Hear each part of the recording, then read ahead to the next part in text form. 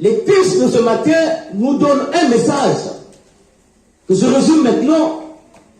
L'amour, ce n'est pas l'effusion, mais c'est la perfusion. Dis à ton voisin, l'amour ce n'est pas l'effusion, mais c'est la perfusion. L'amour ce n'est pas l'effusion, mais c'est la perfusion. Donc ça, ne l'oublie pas.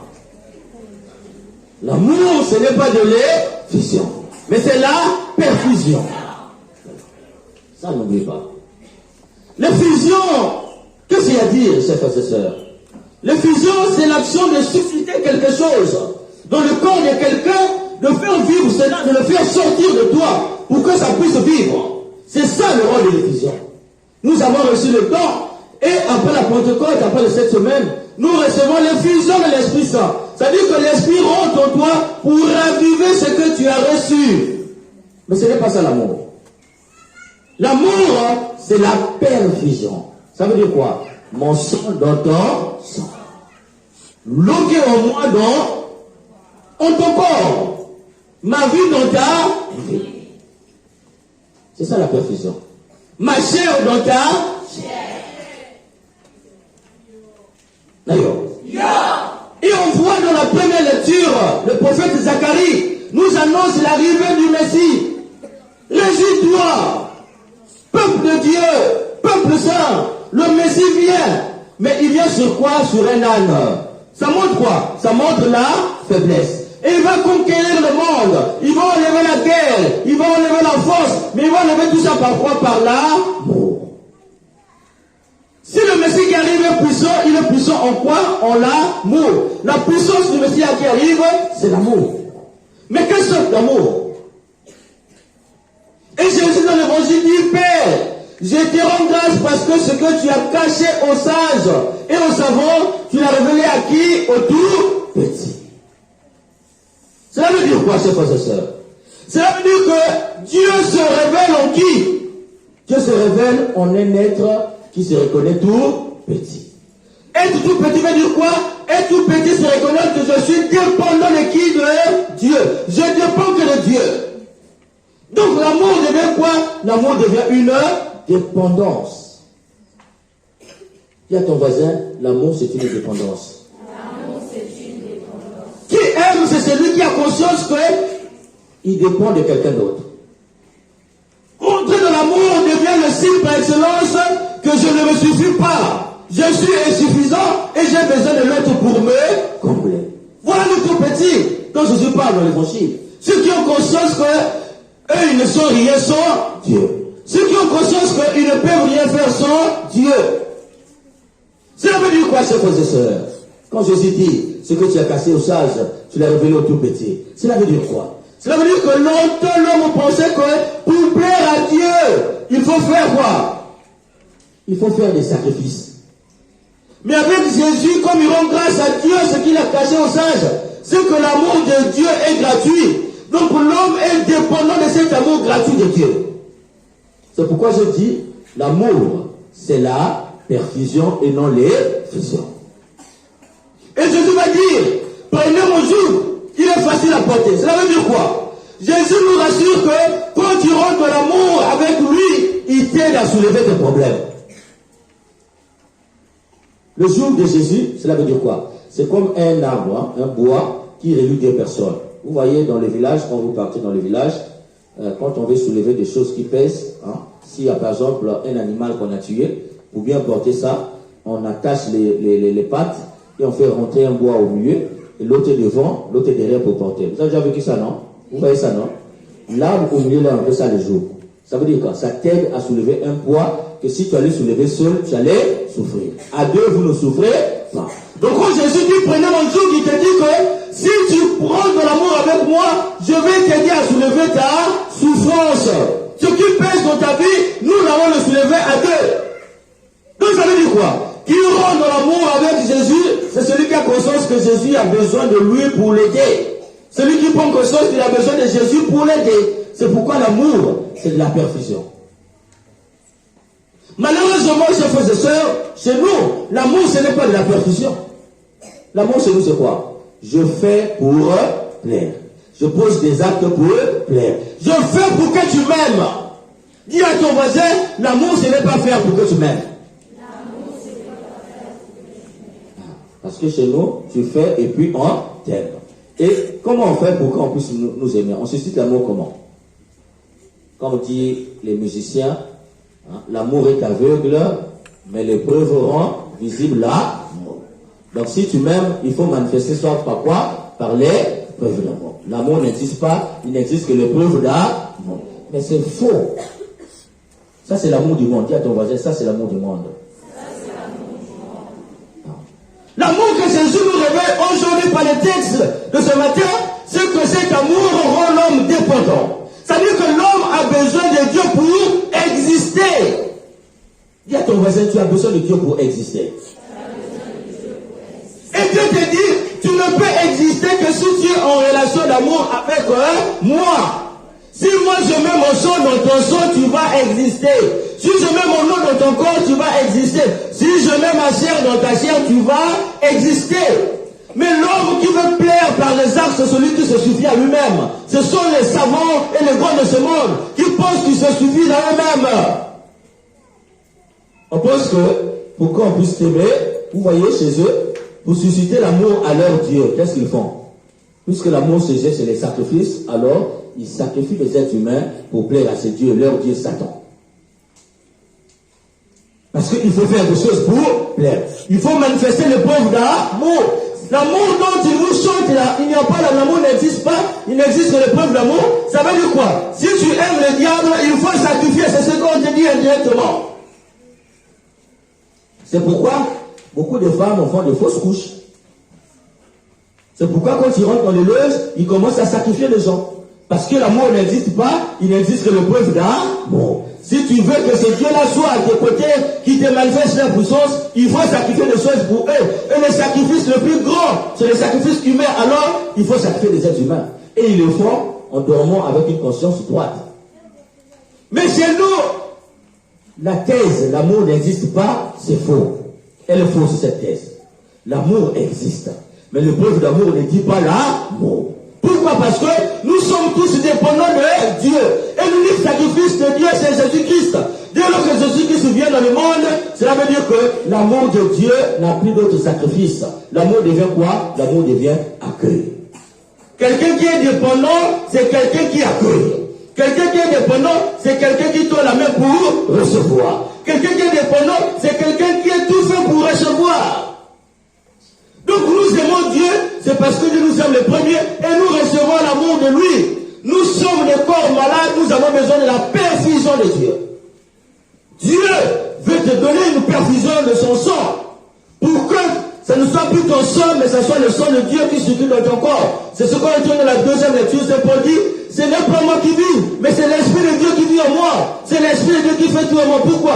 Parce qu'il a reçu la perfusion de l'Esprit de Dieu dans son corps. Dès lors que tu reçois la perfusion de l'Esprit de Dieu dans ton corps, ce n'est plus ton esprit qui vit en toi, mais c'est l'Esprit de Dieu qui te fait sortir de l'humanité, de la mondanité. Donc si tu es encore dans les choses du monde, c'est parce que l'Esprit de Dieu n'a pas encore été perfusé dans ton corps. Donc nous avons besoin de recevoir la perfusion de Dieu. Nous avons aussi besoin de recevoir le souffle de l'Esprit. Pourquoi, chers frères et sœurs? Parce que quelqu'un qui vit du souffle de l'Esprit est différent de quelqu'un qui vit du souffle du monde. Nous les chrétiens, nous ne sommes pas faits pour vivre du souffle du monde. Nous sommes faits pour vivre du souffle de l'Esprit. Et pendant notre baptême, nous ne respirons plus le souffle ordinaire. Nous respirons le souffle de l'Esprit Saint. Puisque nous recevons un souffle qui ne finit pas, qui est intarissable, ça veut dire que par la mort, nous ne sommes plus de morts immortels, mais nous sommes des vivants immortels. C'est-à-dire que de morts mortels plutôt, mais nous sommes des vivants immortels. Nous ne mourrons plus. Voilà quand tu reçois le souffle de Dieu. Cela veut dire quoi? Tu ne peux aimer à la manière de Dieu que si tu es dépendant de l'autre. Il y a ton voisin. Tu ne peux aimer comme Dieu que si tu dépends de l'autre. Non, il n'y a pas bien entendu. Tu peux aimer comme Dieu que si tu dépends de l'autre. Parce qu'il y a des gens qui rendent son amour suffisant. Les gens qui pensent qu'ils se suffisent à eux-mêmes. Vous voyez, chers frères et sœurs, le mouvement de l'homme vers la femme, c'est un mouvement tracé par Dieu. Le mouvement de l'homme vers la femme, c'est un mouvement de l'homme qui retourne à Dieu. De la même façon que on dit ainsi tous réunis tous, nous sommes sortis de Dieu, nous retournons à Dieu, et l'excellence de ce mouvement, c'est lorsque tu vas vers une femme. Le mouvement qui t'amène vers la femme, c'est le mouvement qui te dit que tu es fait pour retourner à Dieu. Mais ce mouvement-là n'est possible que dans la dépendance totale. L'homme qui veut rentrer dans l'amour avec Dieu, c'est celui qui veut rentrer dans l'amour avec les autres. Tu aimes Dieu dans la mesure que tu aimes les autres. Si aimer Dieu veut dire être dépendant de lui, cela veut dire que aimer l'autre signifie quoi? Être dépendant de lui. Si aimer Dieu veut dire recevoir sa perfusion, cela veut dire tu vas vers l'autre dans la mesure où tu es capable de recevoir sa perfusion. Donc dis à ton voisin, tu aimes l'autre que si tu es capable de recevoir sa perfusion. Voilà. C'est pourquoi l'homme, c'est le trône. Dis à ton voisin, l'homme, c'est le trône. Et la femme devient quoi? La femme devient l'autel. Dis à ton voisin, la femme devient l'autel. Si l'homme, c'est le trône, cela veut dire quoi, chers frères et sœurs? Le trône, c'est le pouvoir. Donc l'homme est fait pour conquérir le pouvoir. C'est pourquoi vous voyez, suivant mon regard, ceux-là, ils sont en train de conquérir le pouvoir. Mais ils peuvent conquérir ce pouvoir, ils sont toujours dans l'incertitude. Ils ont le pouvoir, mais ils tombent. Mais, qui va vers la femme? Puisque la femme, c'est le sacrifice. La femme, c'est l'autel. L'autel signifie quoi? Le sacrifice. Et le sacrifice signifie quoi? La vie. Donc, qui veut avoir le pouvoir pour donner la vie, doit faire quoi? Doit aller vers la femme. Et la femme devient la vie qui donne son pouvoir de l'homme. C'est pourquoi l'homme est dépendant de la femme. Dis à ton voisin, l'homme est dépendant de la femme.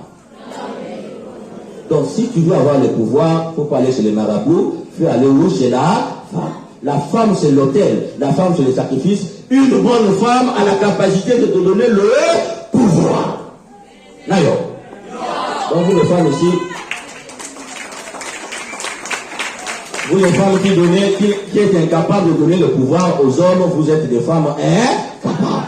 Une femme n'est capable que de la mesure où elle est capable de donner le pouvoir à un homme. Pas un pouvoir diabolique, pas un pouvoir de sacrifice, mais un pouvoir divin.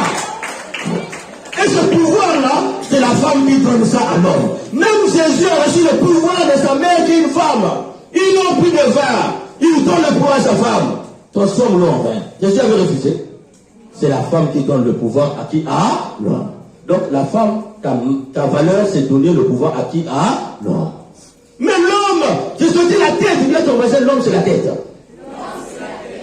Voilà pourquoi les grandes créatures, ce qu'on appelle quoi? Les découvertes, les grandes découvertes du monde ont été faites par qui? Par les hommes. Mais est-ce que la femme est négligée pourtant? Non. Si l'homme c'est la tête, la femme devient quoi? Le cœur. Dis à ton voisin, la femme c'est le cœur. Donc si l'homme crée par l'intelligence de sa tête, le cœur signifie quoi? L'amour. Or l'amour, à quelle valeur? L'amour ressuscite. Donc quand l'homme se perd dans la création, l'homme a besoin de la résurrection. Et pour être ressuscité et que ton intelligence soit lucide, il faut qu'il a femme.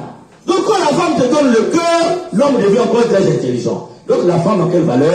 Rendre intelligent un être humain qui est l'homme. Donc toi la femme, ta valeur c'est donner l'intelligence à l'homme. Dis à ton voisin, la femme, ta valeur c'est donner l'intelligence à l'homme. Donc si toi tu es un homme, tu es avec une femme, tu n'es pas intelligent, dis-toi que tu as une mauvaise femme. Aïe. Tu es intelligent, un homme qui a une bonne femme, c'est un homme intelligent. C'est pourquoi l'homme est dépendant de qui? De la femme. L'intelligence de l'homme n'est possible et capable que si cet homme a une bonne femme. Donc les hommes, si vous voulez être intelligents, prenez les bonnes femmes. Et les femmes, rendez vos hommes intelligents.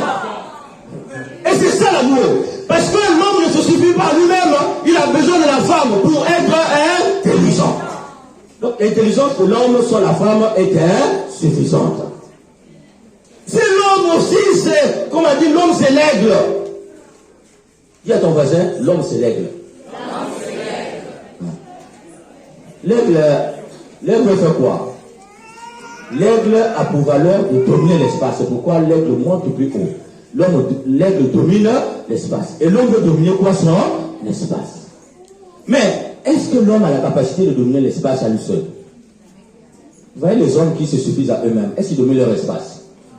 Souvent quand tu dors seul, je fais mon regard, quand ça fait tcha, tu as peur. C'est pas ça. Et pourtant c'est chez toi. D'ailleurs. Mais si l'homme c'est l'aigle, la femme devait quoi? Le rossignol. Dis à ton voisin, la femme c'est le rossignol. La femme c'est le rossignol. Le rossignol a quelle valeur? C'est chanter. Le rossignol chante. Et le rossignol en chantant, qu'est-ce que le rossignol fait? Il fait conquérir le monde. Dès lors que le rossignol chante ici, tout cet espace-là, on va entendre sa voix. Donc l'homme qui veut dominer l'espace a besoin de qui? A besoin de la femme pour chanter à ses côtés afin qu'il fasse quoi? Qu'il puisse conquérir son espace. Donc la femme et la femme, c'est aider l'homme à faire quoi? À conquérir l'espace. L'homme veut dominer l'espace. Tu ne peux dominer l'espace que si tu as une bonne femme. Donc la femme aide l'homme à faire quoi? À dominer son espace. Maintenant si toi tu es un homme, dans ton propre espace, les gens sèment la zizanie dans ta maison. Les enfants tombent malades. L'argent que dès lors que tu as le salaire, c'est pour payer les médicaments. Ça veut dire que tu ne domines pas ton espace. Et si tu ne domines pas ton espace, c'est parce que le diable vient dans ton espace et sème la zizanie dans ton espace. Et si le diable est capable de semer la zizanie dans ton espace, ça veut dire que la femme que tu as ne t'aide pas à conquérir ton espace. Elle n'est pas un rossignol. Alors c'est pas une bonne femme. D'ailleurs. Voilà l'amour dont Jésus nous révèle les choses. Nous sommes des êtres dépendants. Nous ne pouvons pas vivre sans les autres. C'est pourquoi, vous voyez, suivez mon regard, l'homme, c'est quand on joue la femme, c'est comme si on avait des êtres au milieu. Le mouvement de l'homme, c'est toujours le mouvement vers la femme. Dis à ton voisin, le mouvement de l'homme, c'est toujours le mouvement vers la femme. Et le mouvement de la femme, c'est toujours le mouvement vers l'homme. Nous serons comblés que si, un homme n'est comblé que si il trouve une bonne femme. Une femme est comblée que si elle trouve un bon mari. C'est ça l'amour. Et cet amour-là, Jésus nous dit, c'est pour que ta souffrance devienne ma souffrance. Que les deux nous puissions nous regarder ensemble et soulever les mêmes poids. Ça veut dire quoi? L'amour, ce n'est plus un jugement. Je ne rentre plus dans l'amour envers l'homme pour venir juger sa vie. Mais je rentre parce que je suis un être insuffisant. J'ai besoin d'être suffisant à partir de l'autre. Donc qui rentre en amour en te jugeant ne t'aime pas. Dis à ton voisin, qui te juge ne t'aime pas. Voilà. L'amour ne juge pas. Dis à ton voisin, l'amour ne juge pas. Tu rentres dans l'amour que dans la mesure où tu viens pour aider l'autre. C'est pourquoi aimer égale aider. Mais aider ici, ce n'est pas pour vouloir prouver quoi que ce soit, non. Aider ici dans le sens que je t'aide, tu m'aides. Dis à ton voisin, je t'aide, tu m'aides. Donc aimer c'est aider. Dis à ton voisin, aimer c'est aider. Donc ma sopeka, sombelanga, kabelanga, iwana, fubagaba.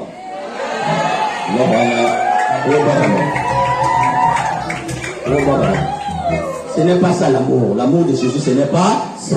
Parce qu'aucun être ne suffisant. Nous sommes toujours dépendants les uns et des autres. Donc quand l'autre vient vers toi, c'est pour te dire quoi? La première chose qui te dit, je ne me suffis pas, alors j'ai besoin de toi pour suffire. Donc tu accueilles l'amour, c'est parce que tu es capable de rendre l'autre suffisant. Mais tu n'accueilles pas l'autre pour lui faire pleurer encore. Il faut qu'il fasse pleurer les autres là, vous n'êtes pas de l'amour.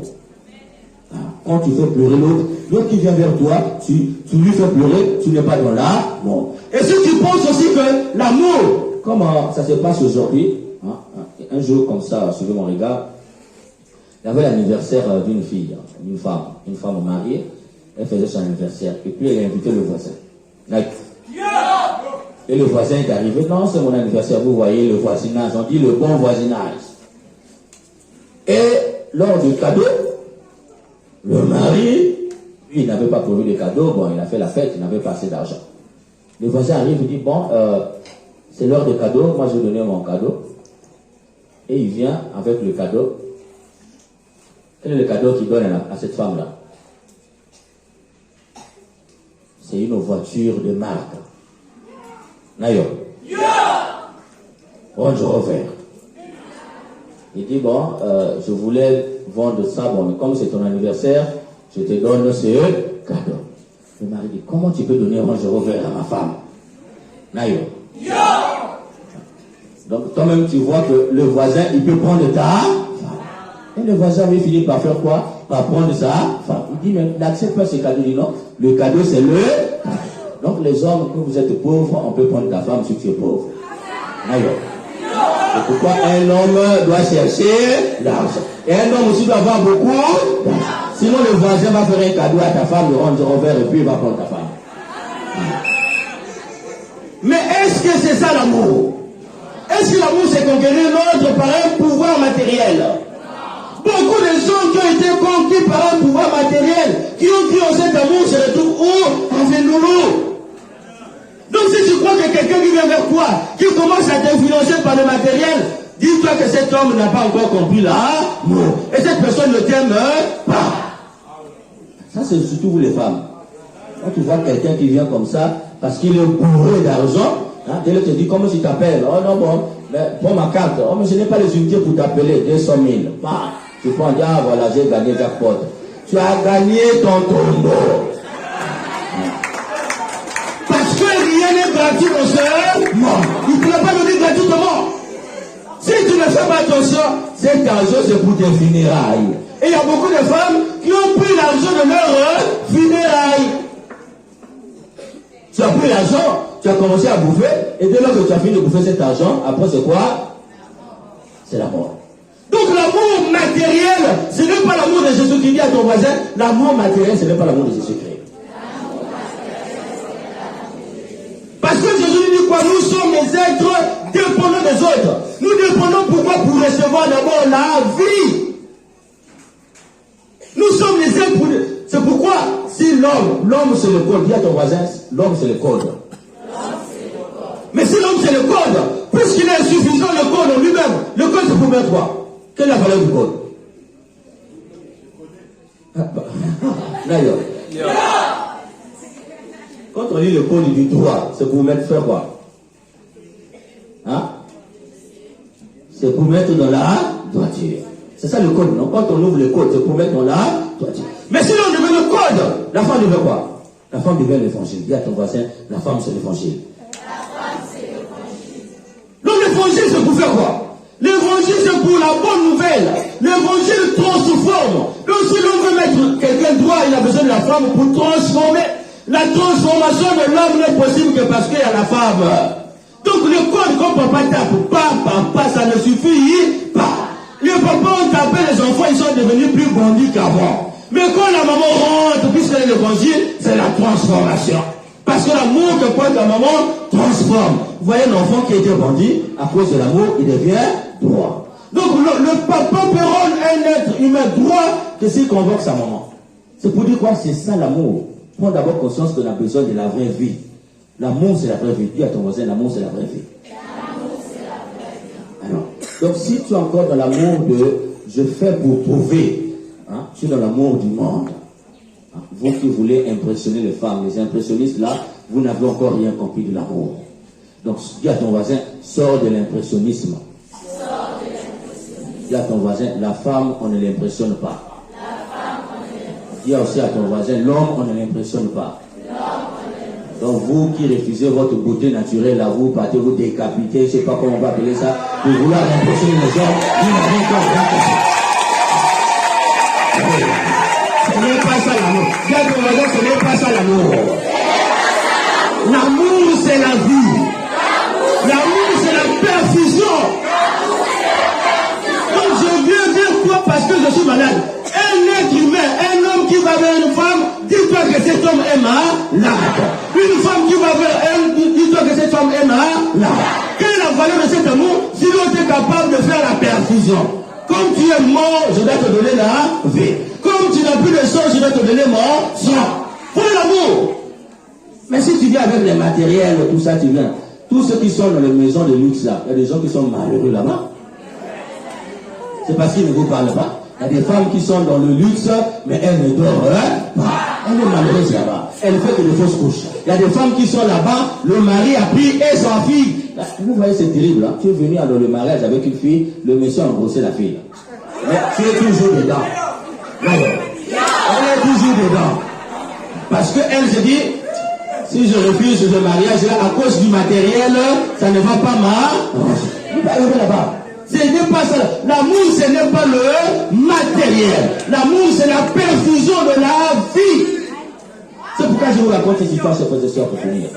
Un jour comme ça, un homme, un couple, ils avaient décidé de faire une visite de croisière. Donc, vous voyez qu'on prend les navires et puis on va circuler dans l'eau. On appelle ça une visite, hein, une croisière. Et en route, leur bateau, bon, que je dis, pendant la croisière, leur bateau a chaviré.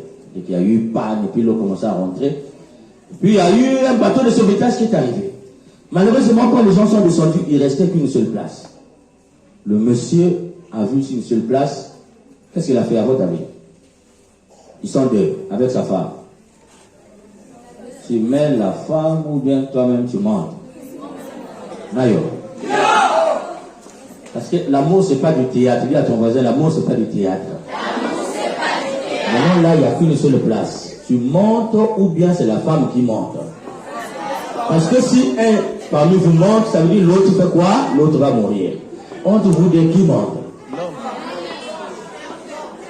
Et ce qui s'est passé, c'est que le monsieur a sauté. Il a laissé la femme là-bas. Et la femme est décédée. Le monsieur est arrivé. Bon, il a été sauvé, il a sauvé sa vie. Et les gens le traitaient de méchant. Non, c'est pas, il n'est pas digne d'être un homme. Comment est-ce que toi tu es un homme, tu dis que tu aimes ta femme, et là où il y a un danger, tu préfères sauter et laisser ta femme? Est-ce que ça c'est l'amour? Est-ce que ça c'est l'amour? Et un jour avant de mourir, le monsieur laisse un testament. Et en laissant le testament, quand on lisait son testament, on découvre une phrase célèbre. Il dit: ma dulcinée, ma femme, j'ai jamais eu autant de bonheur avec toi. Depuis ton absence, j'ai vécu malheureux. Je n'ai même pas pu me remarier parce que je ne vois personne être à la mesure de ce que tu as été pour moi. J'aimerais bien couler à ta place, mais je ne pouvais pas à cause de notre enfant. En fait, j'aimerais bien être malade à ta place. Mais comme c'est toi qui étais malade, la nature avait voulu ainsi. Et pour ne pas laisser notre fille grandir seule, j'ai dû t'abandonner pour venir sauver l'enfant. En fait, qu'est-ce qui s'était passé? Dès la veille, la femme avait été déclarée au cancer en phase terminale. Ça veut dire qu'elle était mourante déjà. Cancer en phase terminale. Et donc, qu'est-ce qui s'est passé? Soit lui, elle descend, elle sauve la vie et le monsieur meurt, mais à quelques jours, elle va mourir puisque le cancer en phase terminale. Qu'est-ce qui s'est passé? La femme avait dit à son mari, en fait, toi, puisque tu sais que je vais mourir, toi, il faut sauter pour que tu puisses prendre soin de notre enfant. Voilà l'amour, chers frères et sœurs. Est-ce que tu es capable de dire, je veux bientôt mourir, toi, je te laisse la vie à cause des enfants? Est-ce que tu es capable de ça?